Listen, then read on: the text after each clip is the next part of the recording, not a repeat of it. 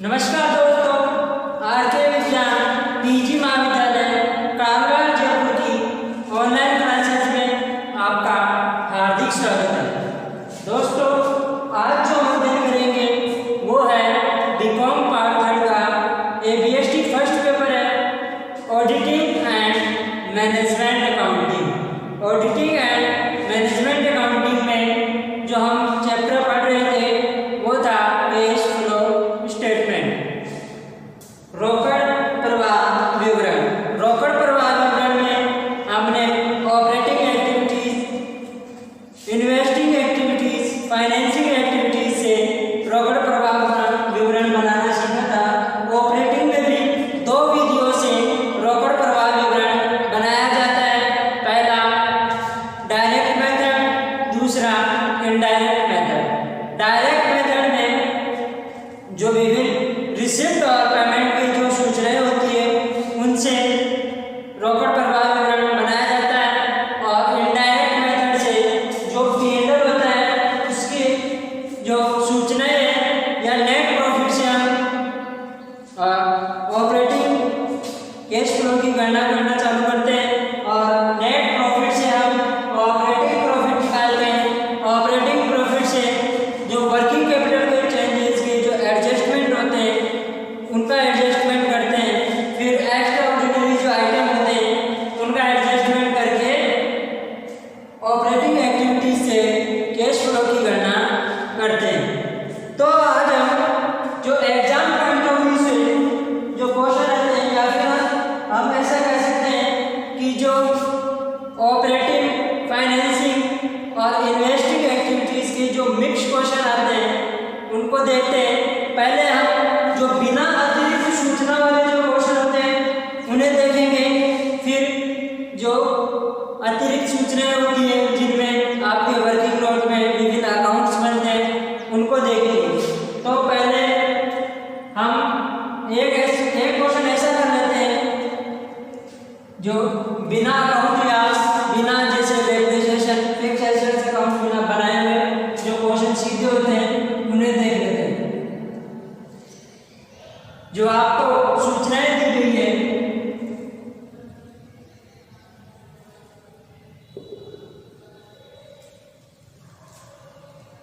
जो सूचनाएं दी गई है वो इस प्रकार है। आपको एक बैलेंस शीट दी गई है। बैलेंस शीट में 31 मार्च 2014 और 15 के विभिन्न बैलेंस दिए गए हैं और दो सूचनाएं दी गई है। उनके आधार पर आपको कैश फ्लो की गणना करनी है। तो सबसे पहले आपकी बैलेंस शीट है।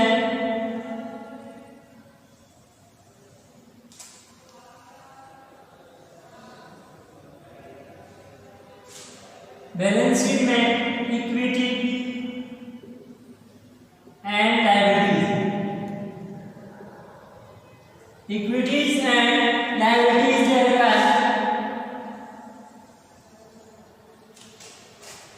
इक्विटीज एंड लायबिलिटीज में सबसे पहले share holder fund,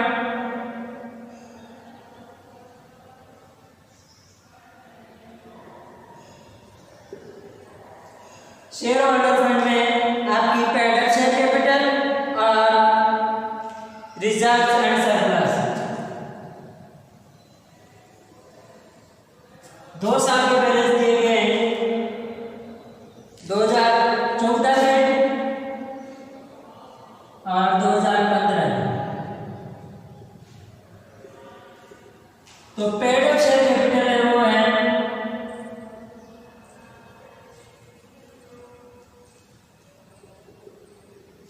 paid up share capital 65,000 और 75,000। तो 10,000 का इंक्रीज है तो शेयर इशू किए होंगे। Reserve and surplus, reserve and surplus है 5,040 और 5560। 5,040 और 5560। फिर आपका नॉन करंट लायबिलिटीज में डिबेंचर्स है। नॉन करंट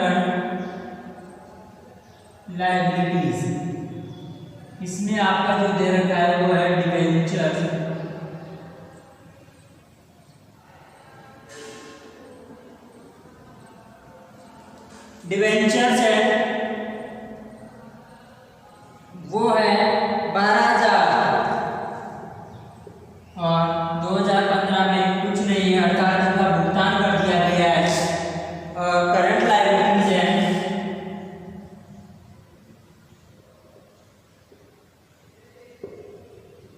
करंट लायबिलिटीज में ट्रेड पेबल्स,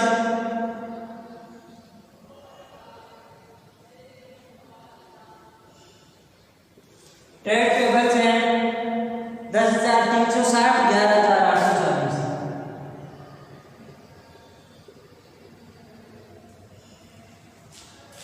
फिर आपका provision for bad tax,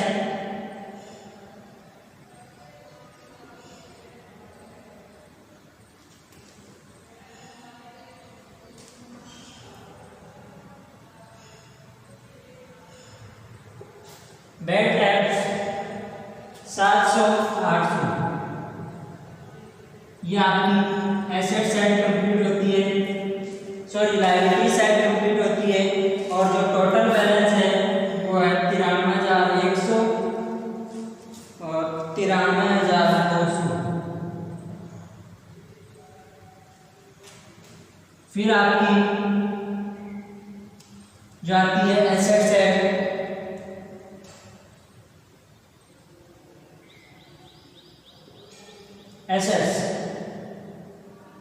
assets में जो सूचनाएं हैं वो है आपकी फिक्स्ड एसेट्स,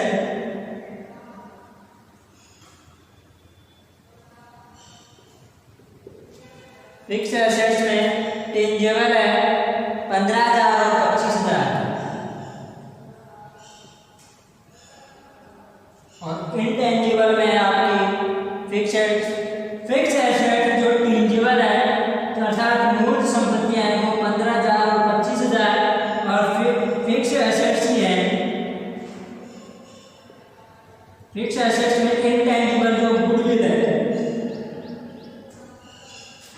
वो है 5,000 और अगले साल इसको राइट ऑफ कर दिया गया तो कुछ नहीं रहता है। फिर आपकी करंट एसेट्स है, इसमें इन्वेंट्रीज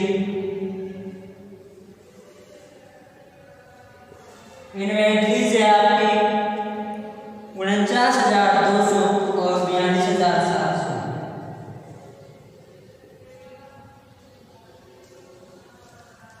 फिर आपका आ जाता है ट्रेड रिसीवेबल,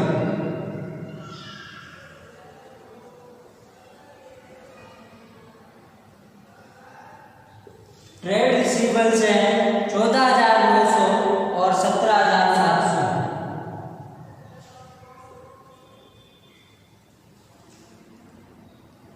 फिर आपका है कैश इक्विवेलेंट्स,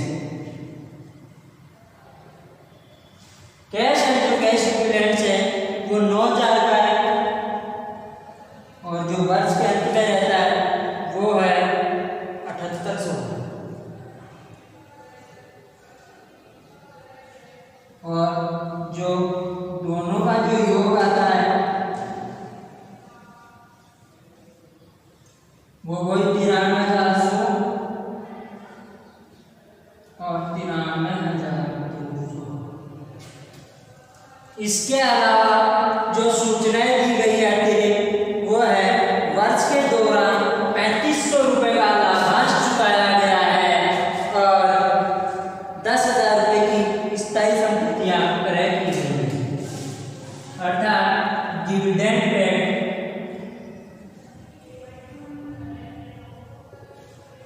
10,000 और फिक्स एसेट्स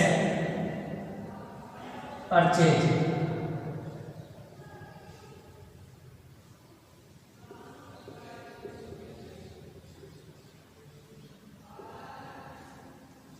डिविडेंड जो भुगतान किया है वो है 3,500 रुपए का और फिक्स एसेट्स क्रय किया है 10,000।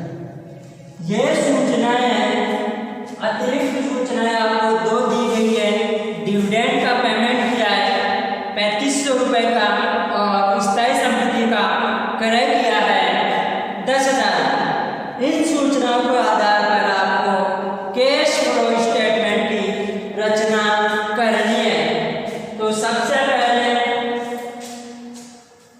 से एक्टिविटीज से?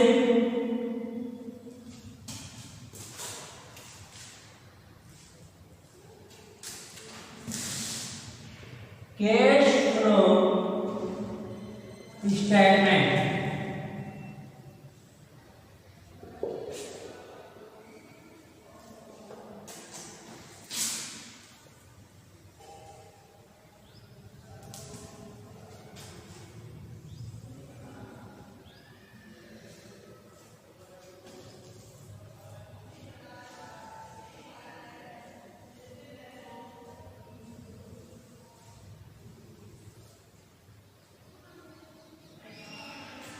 तो सबसे पहले कौन सी एक्टिविटी से हम कैश फ्लो की गणना करते हैं?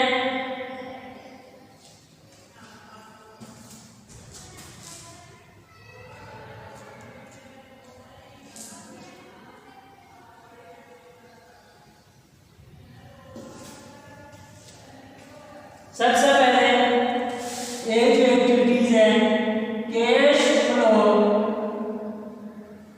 From operating activities.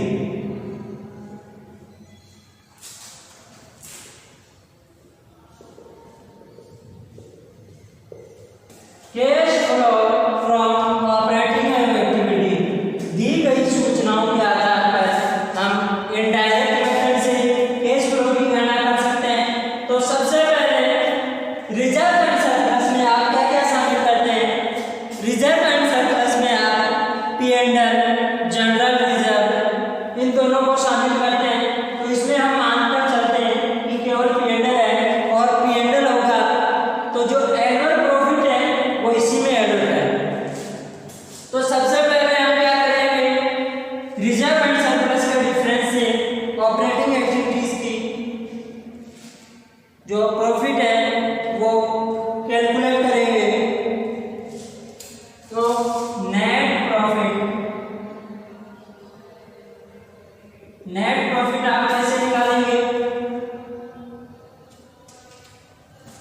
As per P and L.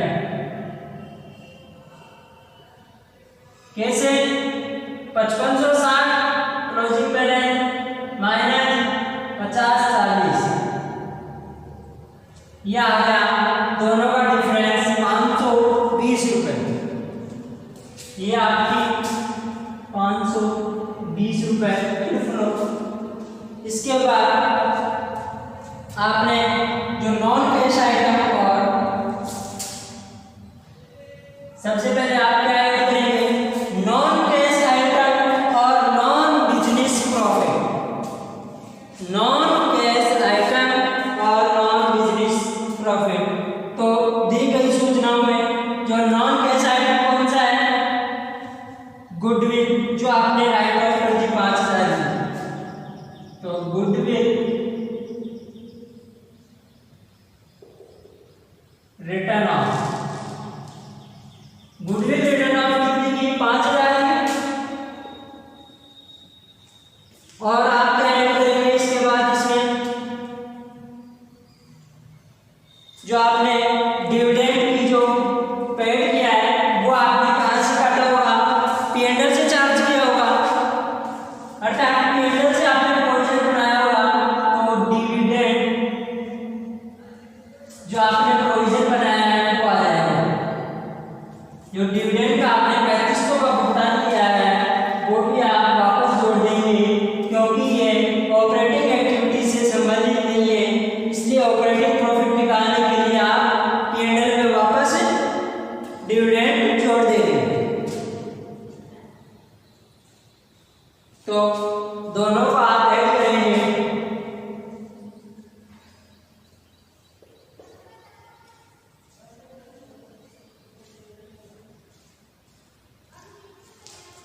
₹9020।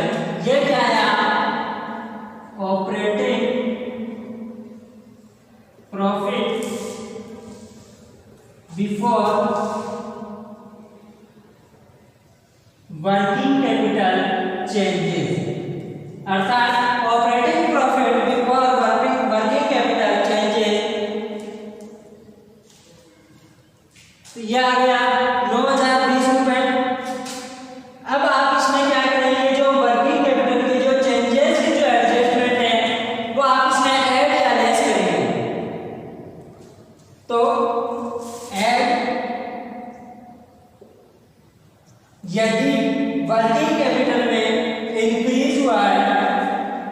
या फिर हम कह सकते हैं जो फिक्स एसेट्स है, सॉरी फिक्स एसेट्स नहीं, करंट एसेट्स है, यदि उनमें वृद्धि हुई है, हम कह सकते हैं इंक्रीज इन करंट एसेट्स, तो आपका आउटफ्लो होगा, डिक्रीज इन करंट एसेट्स आपका इनफ्लो होगा। आउटफ्लो हम घटाते हैं, इनफ्लो जोड़ते हैं। तो सबसे पहले ऐड करेंगे डिक्रीज इन करंट एसेट्स, तो जो इन्वेंट्रीज है करंट एसेट्स है 49,200 से 42,700 आ गई है। तो आप इन्वेंट्रीज को ऐड करेंगे क्योंकि इसमें डिक्रीज है। इन्वेंट्रीज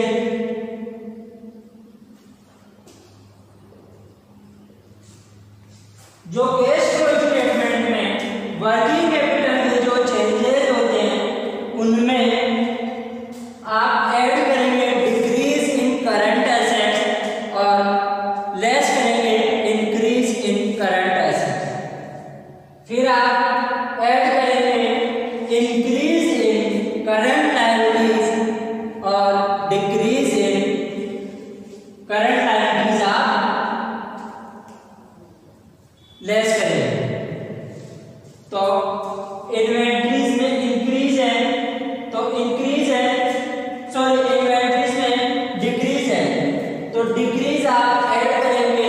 इन्वेंट्रीज कितने 49,200 से 42,700 हो गई, तो कितना परिवर्तन है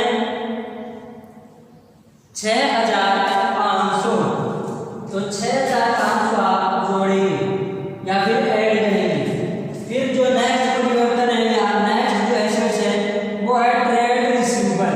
ट्रेड रिसीवेबल बढ़ रही है, अर्थात करंट एसेट्स में इंक्रीज है। करंट एसेट्स में यदि इंक्रीज होता है तो आप उसे घटाएंगे, तो लेस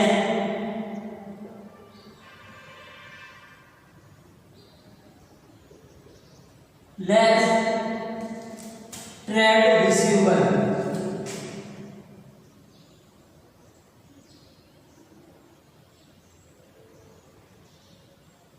ट्रेड रिसीवेबल में इंक्रीज है, इंक्रीज कितना है 2,800 का 2,800 रुपए का इंक्रीज है। इंक्रीज है तो आउटफ्लो होगा 2,800। इसके बाद कैश एंड कैश इक्विवेलेंट्स आप कैश फ्लो की गणना में लास्ट में काम में लेते हैं जब आपको कैश एंड कैश इक्विवेलेंट्स बनाना हो। आप जो कैश फ्लो स्टेटमेंट बनाते हैं उसमें कैश एंड कैश इक्विवेलेंट्स और बैंक ओवरड्राफ्ट इन दोनों को छोड़कर चलते हैं। इनका एडजस्टमेंट कैश फ्लो स्टेटमेंट के लास्ट में किया जाता है। फिर हम आते हैं करंट एसेट्स हो गया, करंट लायबिलिटीज की तरफ। तो इंक्रीज इन जो करंट लायबिलिटीज है वो तो आप ऐड करेंगे और डिक्रीज इन करंट लायबिलिटीज है वो आप लेस करेंगे।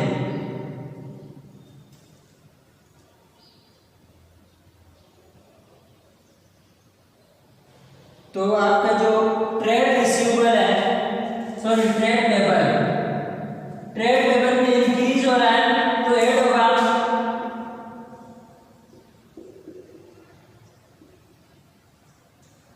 ट्रेड पेबल 10,360 से 11,840 हो गया, तो जो दोनों का डिफरेंस होगा वो इंक्रीज इन ट्रेड पेबल होगा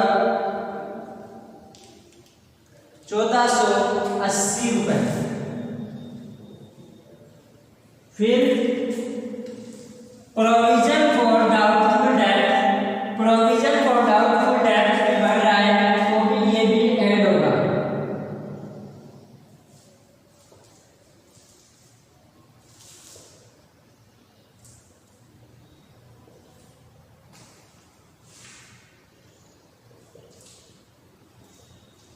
increase in current liabilities add होता है और decrease in current liabilities less होता है। डिक्रीज इन इन्वेंट्रीज या डिक्रीज इन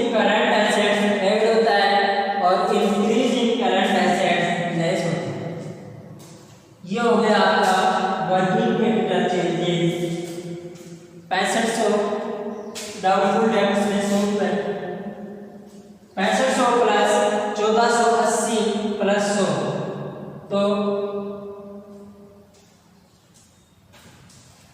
8080 में से 2800 घटा देंगे तो आएगा आपका 5280।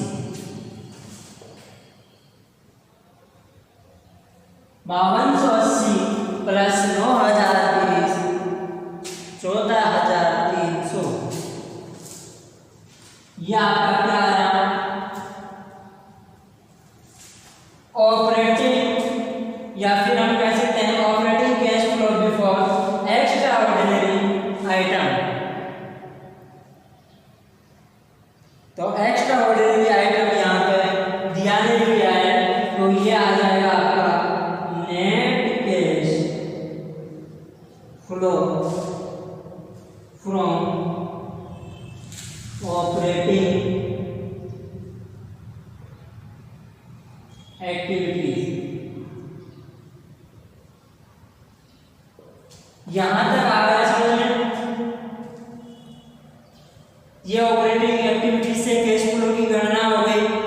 आप इसका स्क्रीनशॉट लेना चाहें ले लें, फिर हम इन्वेस्टिंग और फाइनेंसिंग एक्टिविटीज से कैश फ्लो की गणना और करते हैं, और जो तीनों एक्टिविटीज से आए कैश फ्लो को ओपनिंग कैश बैलेंस में जोड़ने या घटाने पर जो क्लोजिंग बैलेंस आता है उसे चेक करके देखेंगे। तो मैं अभी से मिटाता हूँ, फिर आगे इन्वेस्टिंग एक्टिविटी से कैश फ्लो की गणना देखते हैं।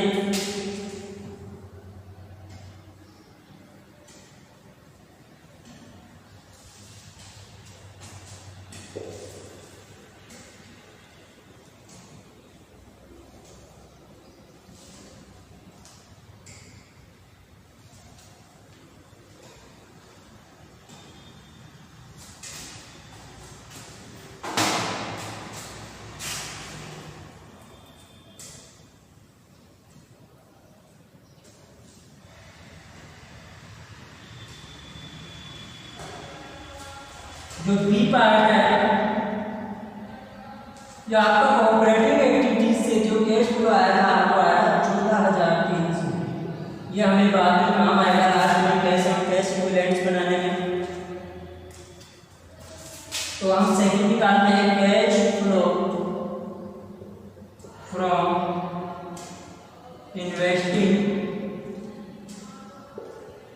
एक्टिविटीज।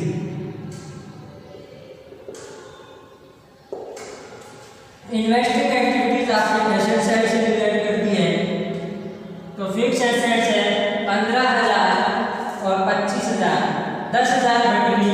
10,000 को कैसे बटेगी आपको अतिरिक्त सूचनाओं में दिया गया है कि 10,000 की जो स्थायी संपत्तियां है वो हमने खरीदी की थी।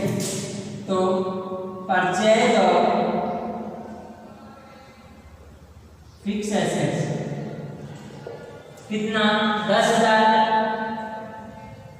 ये क्या है? आउटफ्लो। इसके अलावा इन्वेस्टिंग एक्टिविटीज से संबंधित कोई सूचना नहीं दी गई है। तो जो cash flow from investing activities आया वो 10,000 का outflow. Net cash outflow from investing activities।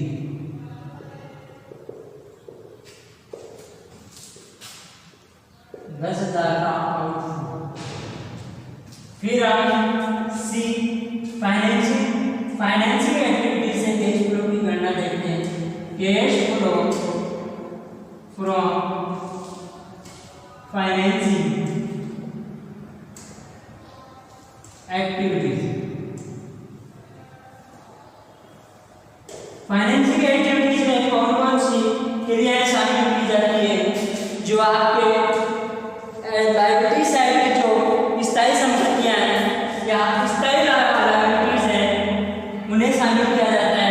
तो सबसे पहले शेयर कैपिटल शेयर कैपिटल कितनी बड़ी 10,000 की, तो आपने इशू की होगी 10,000।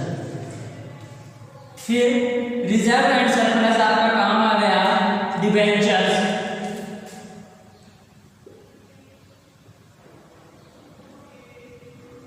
डिबेंचर्स लास्ट में कुछ नहीं है तो इसका भुगतान कर दिया होगा, पेड ऑफ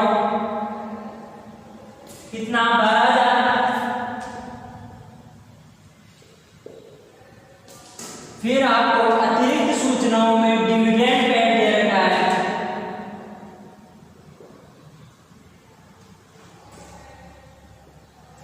डिविडेंड पेड 3500 रुपये।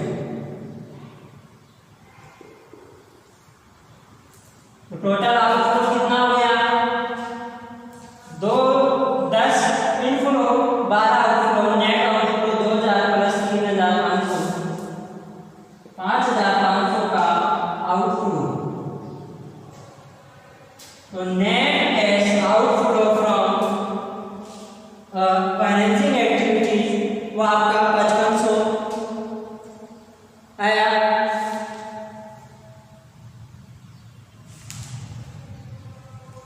Net cash flow from financing out activities, net cash outflow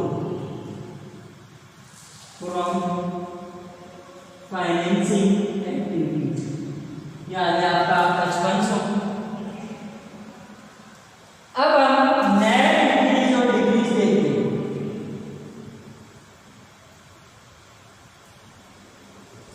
increase है या डिक्रीज 14,300 इनफ्लो, 10,000 आउटफ्लो, 5500 आउटफ्लो, तो ये नेट डिक्रीज आएगा।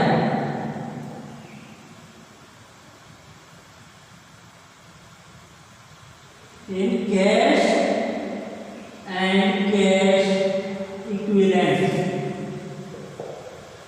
जो नेट तीनों को जोड़ेंगे हम A plus B plus C, operating activities से कैश फ्लो, इन्वेस्टिंग एक्टिविटीज से कैश फ्लो और फाइनेंसिंग एक्टिविटीज से कैश फ्लो, तीनों को आप जोड़ लेंगे तो नेट आ जाएगा आपका इंक्रीज या डिक्रीज। इस क्वेश्चन में आपका डिक्रीज आएगा 14,300 माइनस 10,000 फिर माइनस 5500, तो आपका जो नेट डिक्रीज आएगा वो आएगा 2200 रुपये, सॉरी 1200 रुपये। 14,300 माइनस 10,000 माइनस 5500,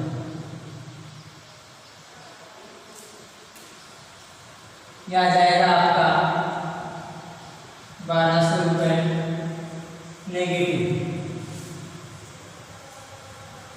इसमें आप ओपनिंग बैलेंस जोड़ देंगे तो अपने आप क्लोजिंग बैलेंस आ जाएगा। एड ओपनिंग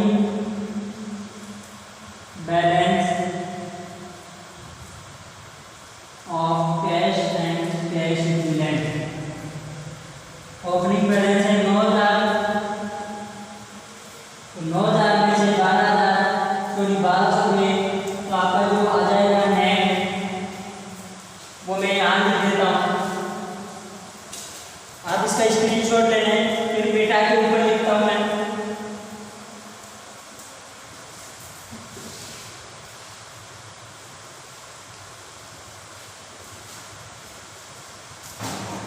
यह आ गया आपका नेट डिक्रीज।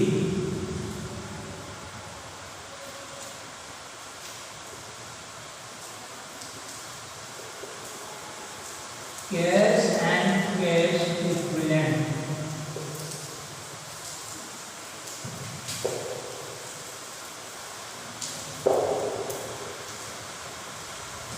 यह आ गया आपका 1200 negative.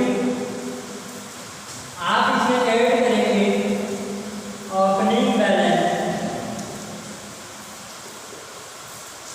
Balance of cash and cash equivalent वो है 9,000। तो जो आएगा आपका 9,000 माइनस 1,200 ये जो होगा वो होगा नेट कैश या फिर net cash and cash equivalent at end, या फिर हम कह सकते हैं जो कैश एंड कैश इक्विवेलेंट्स का जो क्लोजिंग बैलेंस होगा वो 7800 होगा। और आप देखेंगे कि बैलेंस शीट में 7800 रुपये ही दिया गया है। तो जो हमने कैश फ्लो की गणना की है वो सही है। आप इसका स्क्रीनशॉट ले लें।